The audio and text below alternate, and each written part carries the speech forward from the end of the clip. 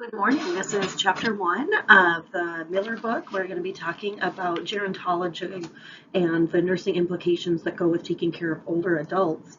And in this chapter, we talk about wellness and diversity of the older adult and how we can promote health to promote what we call healthy aging or successful aging. So the objectives when going through this chapter are to describe the relationship between aging and wellness. What does that mean? How can we promote it? Recognizing the effects of ageism and attitudes about aging, and describe demographic health and socioeconomic characteristics of the older adults in the United States.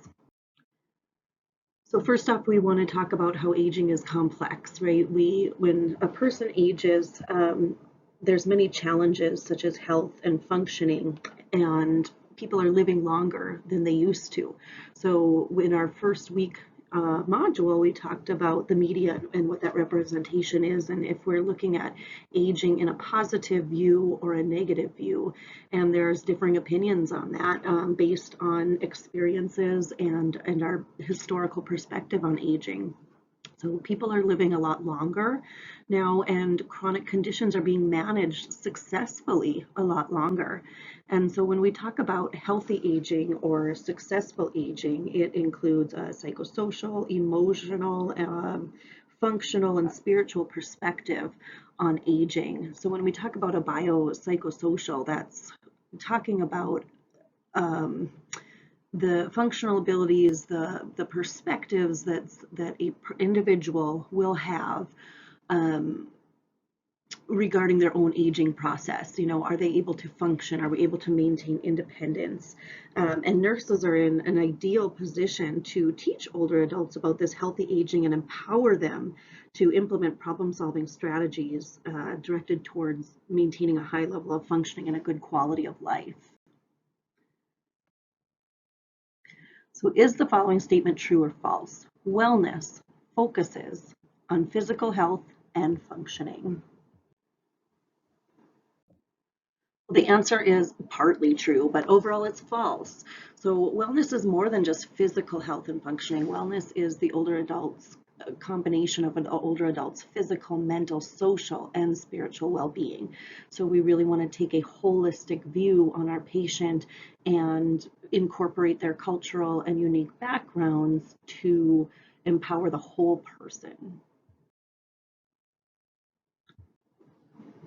Dr. Halbert Dunn had a series of radio talks where he talked about high-level wellness, and this really correlates with our successful aging that we've been talking about and that the book addresses, that is a holistic approach on an individual's aging pattern in aging well.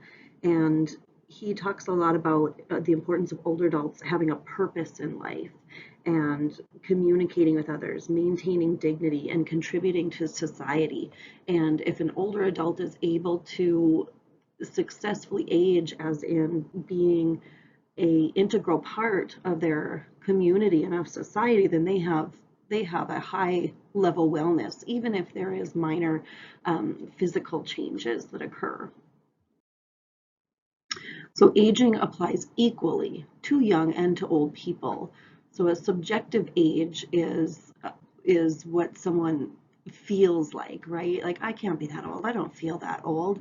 And so my mom always commented that she didn't feel like she was old, even, when she's physically aging and changing, and she's about 70 years old now. I'm not that old. She still acts like she's 30, which is wonderful. Perceived age then is other people's perception of someone's age. So if we look at my 9-year-old, he thinks that I'm about 65. The questions that he asks, like, did they have computers, when you were little? Yeah, but we did. So that his perceived age of me is much older. The definitive number of years a person has lived is then the actual age, the chronological age, and then functional age is a concept associated with a shift in the emphasis from chronological factors to such factors as whether a person can contribute to society and experience personal quality of life. We also, in functional age, want to consider the person's perceptions of their life. A person doesn't automatically reach old age at a particular point in time, but when all factors are considered, then we might use the term, frail, elderly, unsuccessful aging, whatever. Currently, there is an emphasis on optimal physical, mental, emotional, spiritual, and social well-being and quality of life as essential components of successful aging. Successful aging encompasses the experiences of older adults who apply adaptive processes to preserve their well-being and transcend their physical limitations. So there's many hindrances in promoting wellness in older adults, even though that is the ideal nursing intervention that we want to promote health in all of our individuals. But society has different attitudes, as we saw in the video on slide 2 or 3, that can range from respect, and that might be buried in cultural norms, to fear of aging, which might be more of a modern fear that people, that aging is viewed as undesirable. So care of the older adults is influenced by these societal and cultural attitudes toward aging, and unfortunately the maybe worldwide more common view in the last 50 years is looking at aging with a negative lens. So the goal of gerontological nursing is to recognize the impact of ageism, and address attitudes that interfere with the holistic care of our elderly. So defining ageism is a prejudice and stereotypes related to older adults on the basis of their chronological age. And aging anxiety is a normal developmental stage. We think of midlife crises when we're going through normal development, but there are normal fears and worries related to detrimental effects, functional changes, sensory, sensory changes related to aging. And age attribution is the tendency to attribute problems to the aging process rather than a pathological and treatable condition. So what's your attitude towards the aging and towards our elderly? And so this goes along with what are our underlying bias that we might have in caring for our elderly individuals. Do we attribute every ache, every embarrassing symptom like urinary incontinence to just, oh, that's old age? Or are we thinking holistically? Are we looking at the person and looking at changes that are occurring related to that individual, to do a deep dive of why that is happening and how we can improve their life? And if we do have those attitudes, let's be aware of them, right? And let's change that attitude through education. So hopefully this whole semester we're going to learn about healthy aging, how to promote it, and by the end of April we're all going to want to be gerontological nurses. Yay! So again, listening to older adults, immersing yourself, visiting with the elderly, is going to help us gain respect, and give respect in the older individual as to their perspectives, their experiences, and what they can share with our community. So when you hear those negative messages, let's think about, are they positive? Are they negative? Are they neutral? And how could we make a positive change if that presentation was able to be corrected by us? So some of the myths related with aging can be detrimental, and some of these myths are listed out in chapter 1. And one of those myths is that older adulthood is something to be dreaded because it represents disability and death, when actually we're looking at health characteristics of our elderly. And in the past few decades, the prevalence of disability among older adults has been gradually decreasing, and the majority of older adults are reporting good to excellent health. Socioeconomic characteristics of the elderly have a big impact on the ability to successfully age. The trend is going to be towards increased levels of education in older adults, which would be associated with better and higher incomes. But unfortunately, many older adults will remain socioeconomically disadvantaged. And this is usually related to limited English proficiency and poor health literacy skills, which are two common variables among older adults that can have a negative impact on health and functioning. And some of the living arrangements of older adults, including other house settings, are assisted living facilities.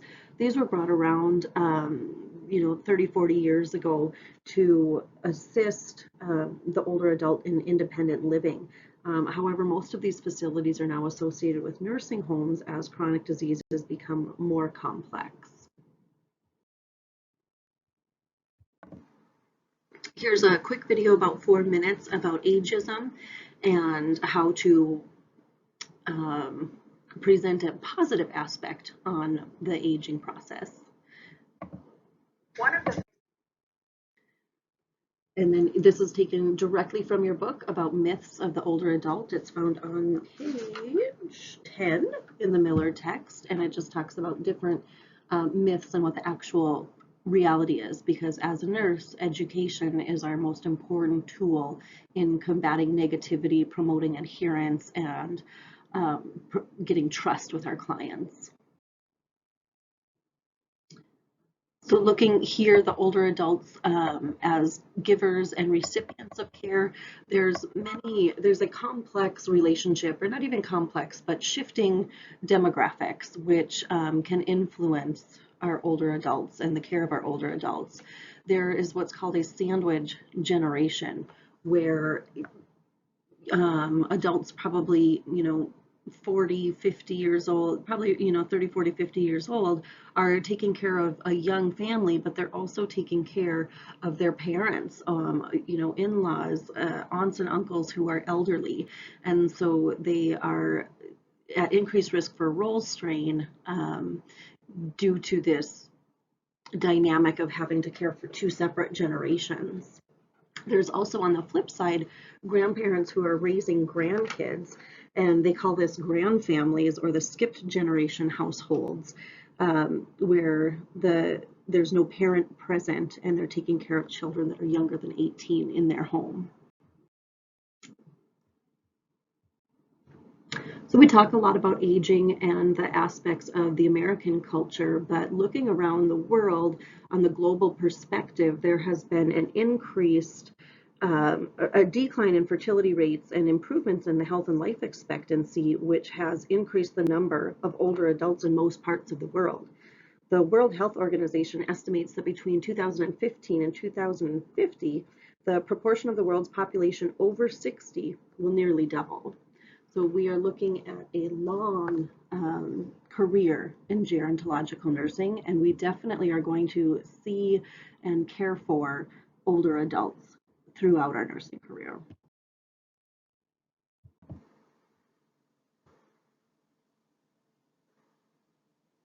I encourage you to watch this video about healthy aging, successful aging, and the shift towards aging as a whole nother avenue of life, which it is, and ways in which the older adult can still be part of the community, can still be reaching their dreams and goals, and have a good outlook on the end of their life.